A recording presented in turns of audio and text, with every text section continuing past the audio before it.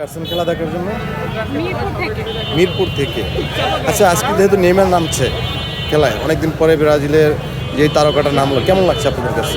নেইমারের জন্যই মূলত বেশি এক্সাইটমেন্ট এবার কাজ করতেছে, মানে এই ম্যাচে কাজ করতেছে অনেক বেশি। ব্রাজিল ফ্যানদের জন্য এটা অনেক বেশি ভালো লাগার ব্যাপার।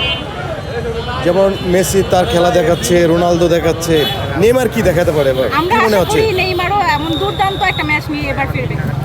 আমি আরেকটা জিনিস জানতে পারলাম যে এখানে কিছু আর্জেন্টিনার সাপোর্টার আসছে, তারা আসছে নেইমারের অভিনয় দেখতে।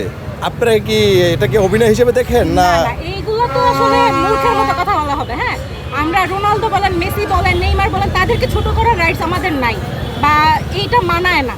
হ্যাঁ, ম্যাচ নিয়ে যে যার মতো মজা করতেই পারে, কিন্তু নেইমার হোক আর মেসি হোক, তাদেরকে নিয়ে কথা বলা যায় না।